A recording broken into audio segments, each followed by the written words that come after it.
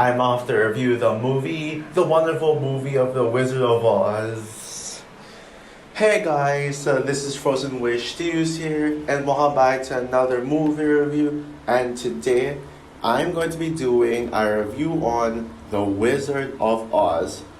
So, The Wizard of Oz is, a film adaptation of a book, I believe. But yeah, it is, a classic film that is directed by Victor Fleming and came out in the year 1939, the same year as another timeless classic, Gone with the Wind. And it stars Judy Garland, Frank Morgan, Ray Bolger, Bert Lahr, Jack Haley, Billy Burke, Margaret Hamilton, etc.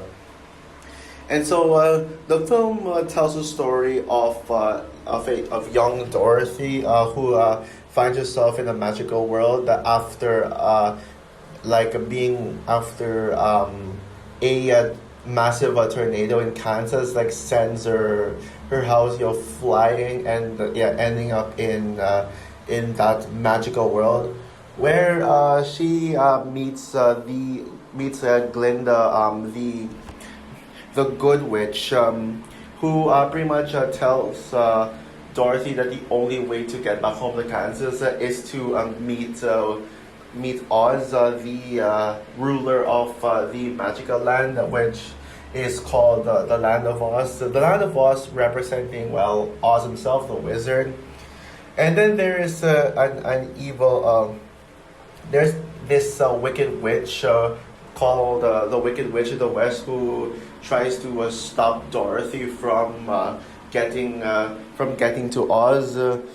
And so so the only way for Dorothy to reach Oz is to follow the yellow brick road, where she makes friends with the Scarecrow, Tin Man, and Lion, as they all want to seek something from Oz.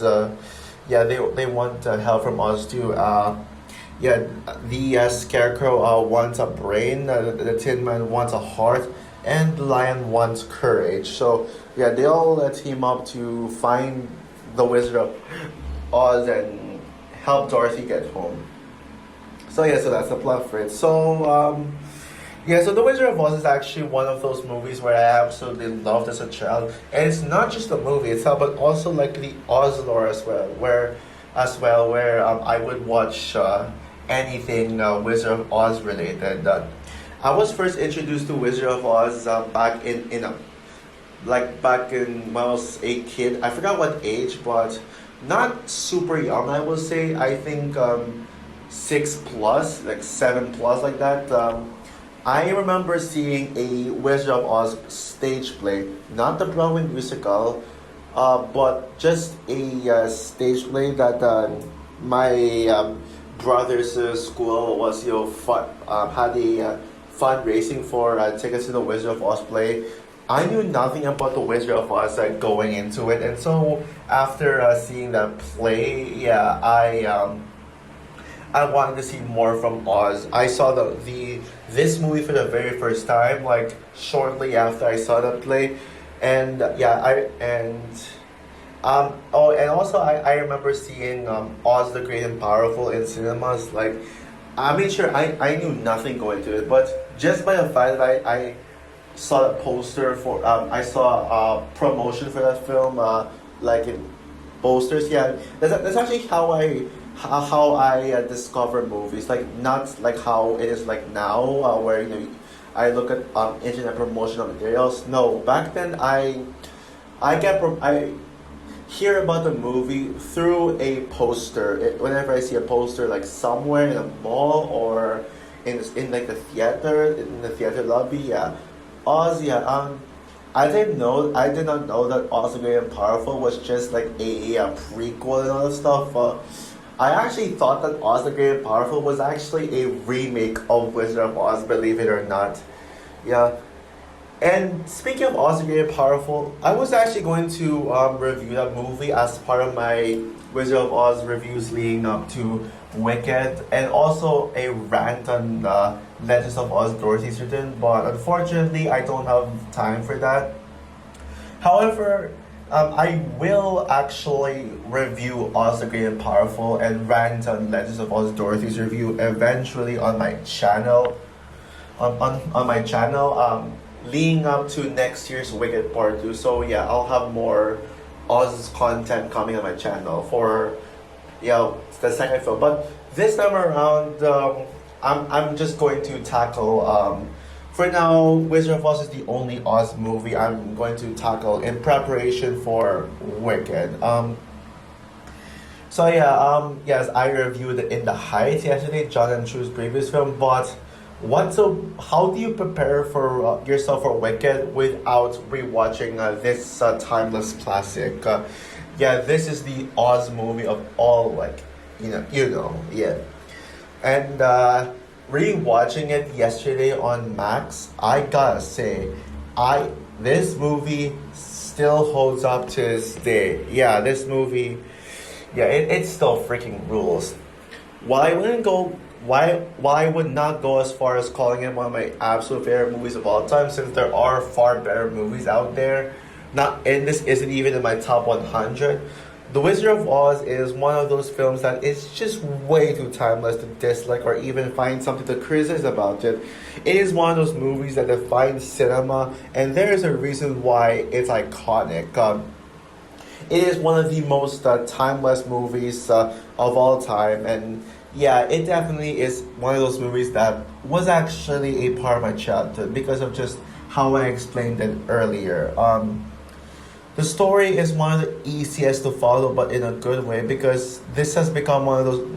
This has one of those stories that can be retold for generations to come. Yeah, you've heard the story many times, like whether like someone told it to you or it was told through a play.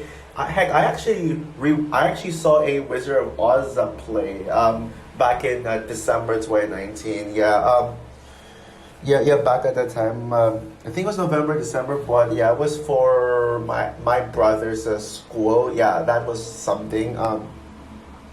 And yeah, and speaking of can be retold for generations to come, I actually won't get mad if this movie gets remade. I remember earlier this decade there was an announcement that they were going to actually make a remake of Wizard of Oz.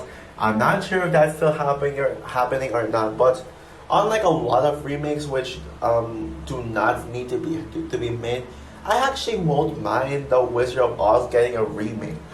Sure, it won't recapture the magic of this film and also Wicked as well, the Broadway musical, and most likely the upcoming movie as well. But it's an idea that I can tolerate. Do I think there is a chance that the Wizard of Oz remake could suck? Yeah, but I am actually going to give the remake a chance. Why? Well, mainly because of Dorothy. I think Dorothy is a character who can easily be adapted into modern day.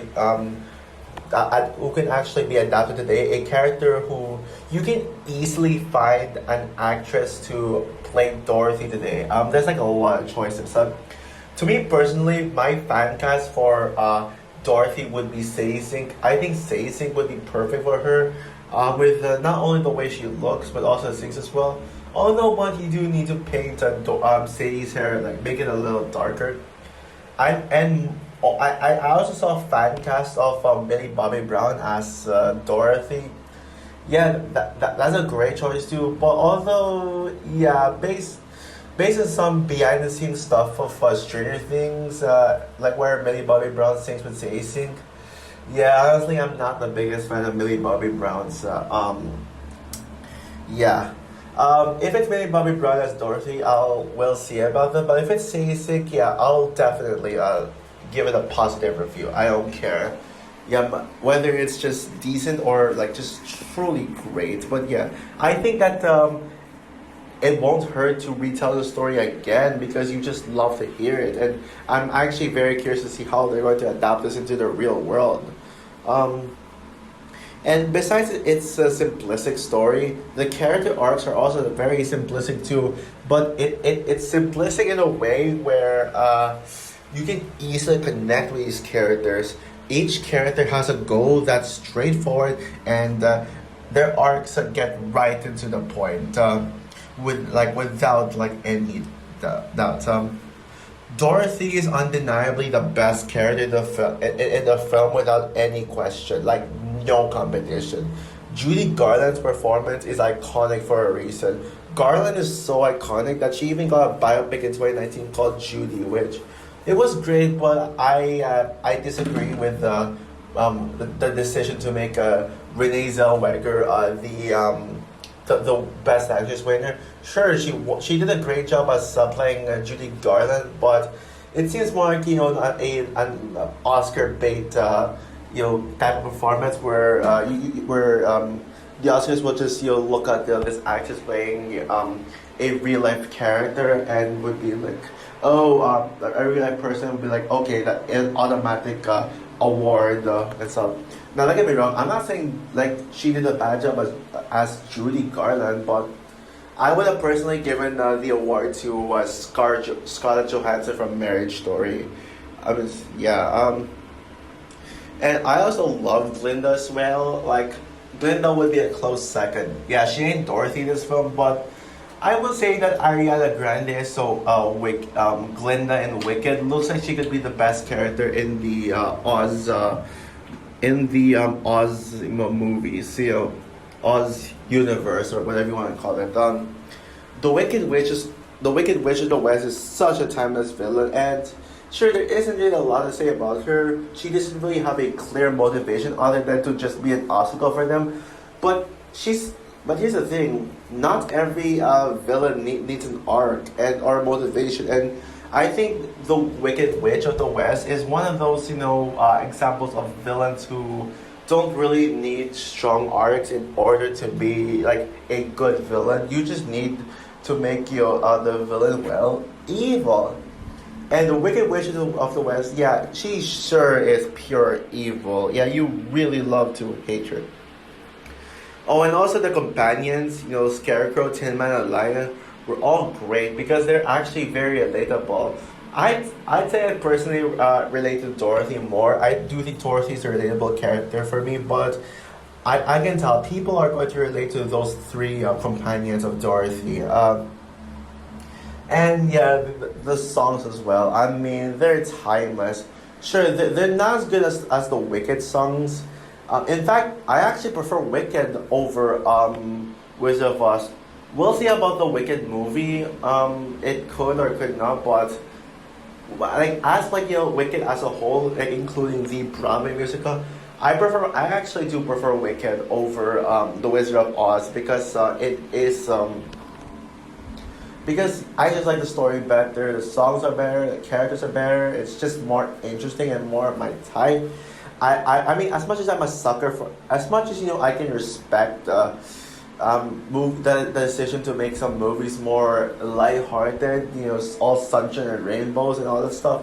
I think that Wicked is more of my type because of how more complex and darker it is, especially when we with how it tries to establish the Wicked Witch of the West and also Glinda as well. But anyways, yeah, the songs here, I mean, they may not be on the levels of Wicked, but there are some classic songs here, like "We're Off to See the Wonderful Wizard of Oz," and also the best song in the film to me, and probably the most iconic song in this entire movie. Somewhere over the rainbow, way up high. Yeah, like that song. Yeah, Judy Garland has a voice of an angel. Like, wow, what a voice that was. But I think the most impressive thing about the film and what exactly made Wizard of Oz so impactful the most was its technicality. Yeah, it was ahead of its time.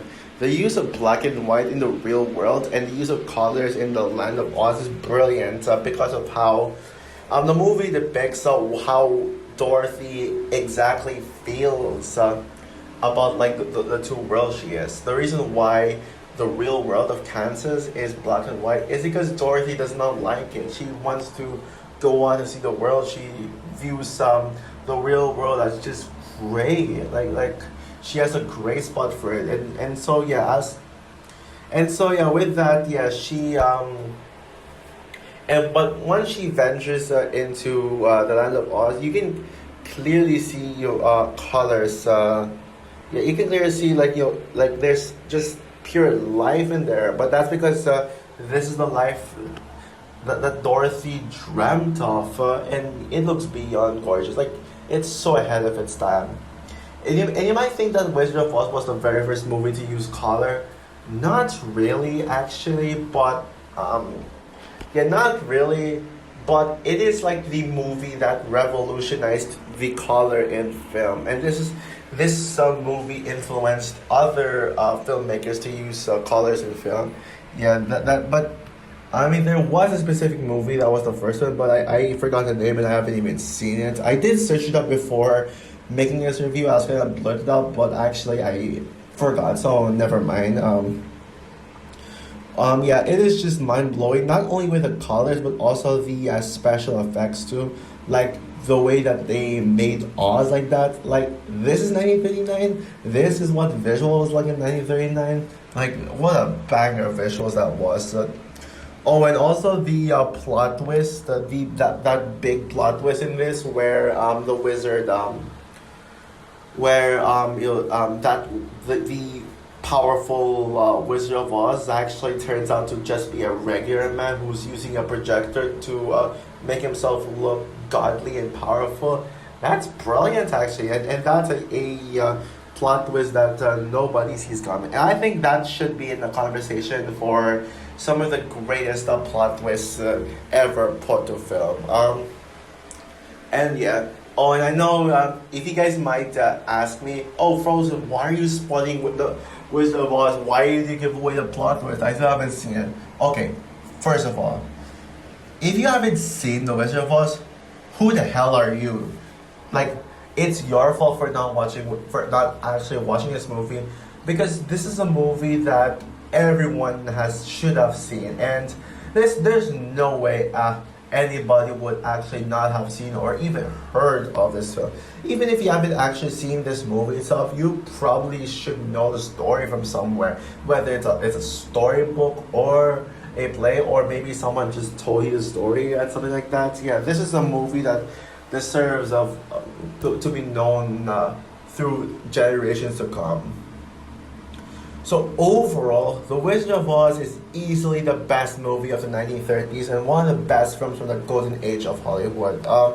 Although it's not my number one favorite movie from that era of filmmaking, there are a few others, but for 1930 standards, yes, I think this is the best one, and I guess even 1940s as well. Yeah. This is a film that is impossible for any human being to not have seen or at least know about. Yeah, and this is a movie that everybody has to see at least once in their lives. If you haven't seen this one, please, like if you die without watching this movie, then yeah, you deserve to be questioned. So with that said, guys, I'm going to give The Wizard of Oz, of course, 5 stars out of 5. Perfect movie. Yeah, so also for my review of The Wizard of Oz, like, what are your thoughts on the film? Oh, excuse me, do I need to ask that? Everybody loves this movie. Who the hell doesn't like this movie? Like, I don't see how this movie can be disliked by someone, unless if it's chosen by the Gary fan. But I think even he loves this one. So yeah, comment down below, like, subscribe, hit the notification bell, and stay tuned for my review of Wicked, which, yes guys, I am seeing Wicked tomorrow. So yeah, let's see if Wicked can top this one as the best Wizard of Oz movie, or at the very least be as good as this movie. So yeah, bye guys.